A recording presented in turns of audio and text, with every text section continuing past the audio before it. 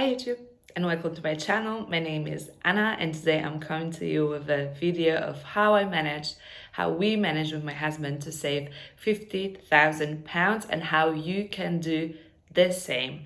We were fortunate enough to save this money within pretty much 2 years period, and I'm gonna explain how we managed to do that.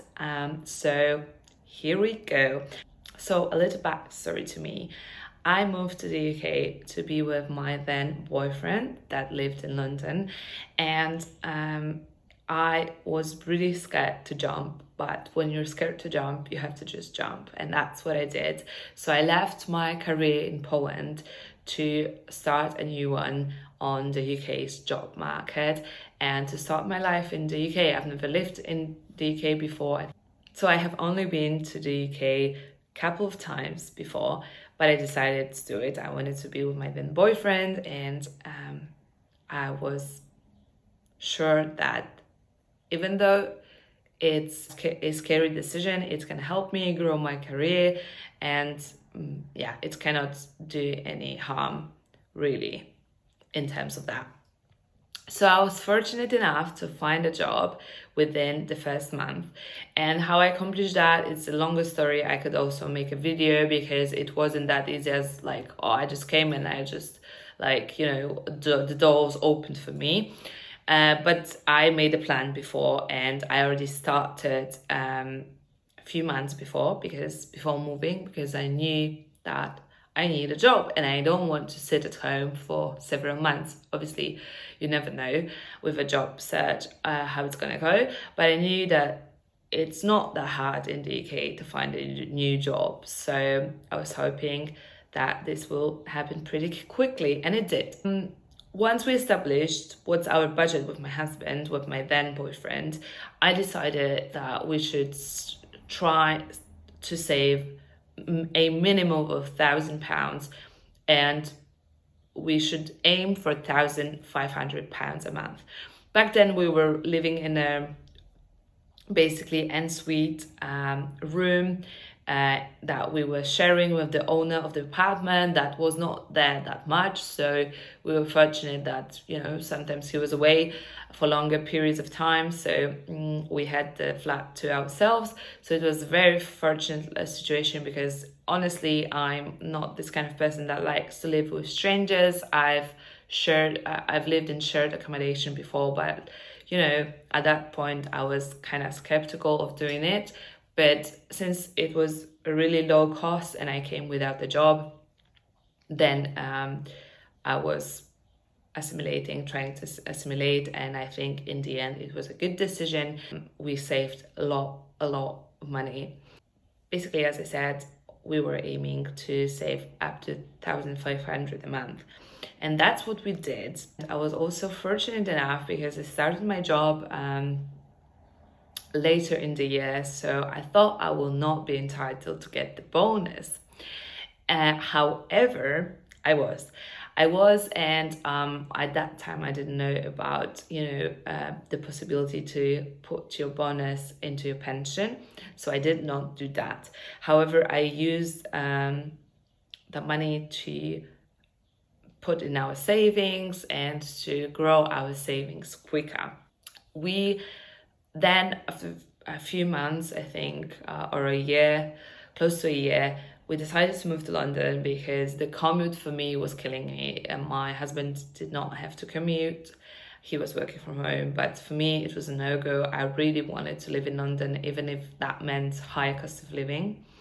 However, it also so happened that in the same time that we decided we're going to move, there was a possibility at my workplace to get a promotion. So these two really lined up for me, because I was really already familiar with my environment, with my team, and I was ready to get promoted, even though it was not a long time. It was like a year at that point. I decided to do my best to get that promotion. I was preparing a lot, And I got it. I got promoted. I got my salary increased. We moved to London. And the difference in that we paid in rent covered what my salary increase was. So that was not really that great for our finances. But in the meantime, my husband also managed to get a bonus from his workplace and get a salary increase that he fought for. I'm not really that great at salary negotiation, and the company actually did not meet my expectations, but it was still a higher salary that managed to help us with the bills. So at that point, all of these things combined, we were able to save, I would say, easily 1,500 a month. However, it was not enough for me. And I felt like we could do 2,000, Like, I was like, we could do better. We could do better if we cut our spending, if I maybe go and do some side hustles, then we can do that. My husband also had a side hustle idea, so we decided to do that together. And we opened an eBay shop. We had some products that we were selling. And at the same time, I also started my side hustle journey of picking up random shifts through an app. I don't remember what it was called, Job something. But it was an app, basically. It was, I think, similar to Couple. I don't know how you spell that. I don't know how you pronounce that, but I will link the app down below. So basically, the eBay shop combined with the side hustle was bringing us around 500 a month extra that we put into our savings. And we decided also to make a monthly budget to know exactly how much we are spending for each thing, how much is our rent, how much is we spend on food, on eating out, how much we spend for travel. And I have to admit, I am a pretty frugal person. However, the most important thing for me is travel. So I love to spend money on traveling, and I don't hold back that much. It does not mean that I sleep at 5-star hotels or that I book first class flights, because I do not, but I still prefer to eat out while traveling rather than eat out when we live here in London, if you know what I mean. So this is my strategy and how I save money.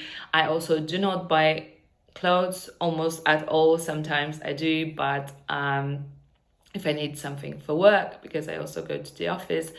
But we try to be pretty frugal. My husband is definitely more of a spender. He likes to have nicer clothes.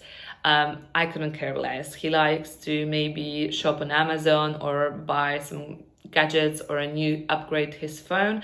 But we try to always expense that, put in our budget, save for that, so we know what's going to happen. My husband's salary is now also significantly increased comparing to what he earned before. So this is how we basically managed to save £50,000.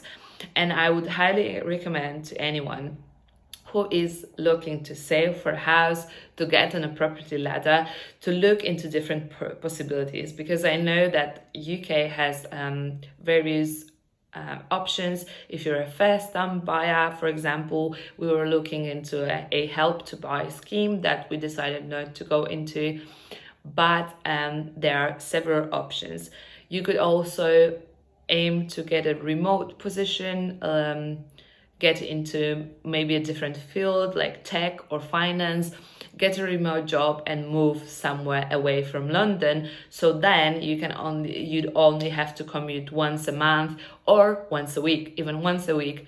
If you pay like, I don't know, 60, 70 or even £100, I think can be much better. You can be much better off if you gonna have a cheaper house and rent and less expensive in terms of that, because we all know how expensive London can be.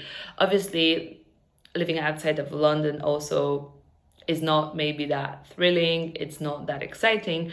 However, maybe you're planning for kids or have different goals, financial goals, I think then it's worth it. We looked into that possibility a lot. We decided not to do that, but there's various ways of trying to get financially free, guys. So I really encourage you to go get that spreadsheet, start your budget, and start side hustles. There's several ways how you can start a side hustle. You can start an Etsy shop, eBay. You can pick up extra shifts in a restaurant or as a cleaner. There's so many jobs that you can do, and I do know that a lot of them do not pay that well. However, I really believe that if you are smart with your money, if you save and invest your money, which I only started doing in 2020, you can check out my Trading 212 portfolio if you're interested in what I invest into right now, where my part of my savings is sitting. I highly encourage you to be smart and start early. If you're in your 20s, early 20s, if you are even 16, start now, because people did tell me when I was younger that I should start early, and my parents never taught me to invest my money, so I did not. They taught me to save money, but they never taught me to actually invest in the stock markets, in ETFs and all that jazz. So I didn't know about compound interest. I didn't know about any of that. And I hope that one day in the future, I can educate other people and educate my kids so they do know about that and they start not only saving, but investing your money so it does not lose its value. I think that's it for this video. I hope you enjoyed it. Please let me know in the comments how are you saving your money and how are you finding today's UK property market with the high interest increased. I think it's a very unstable market. That's why we decided to not buy anything in the end. It's a longer story with our process of trying to buy a property in the UK that never really happened in the end. But yeah, let me know in the comments and see you in my next video. Bye.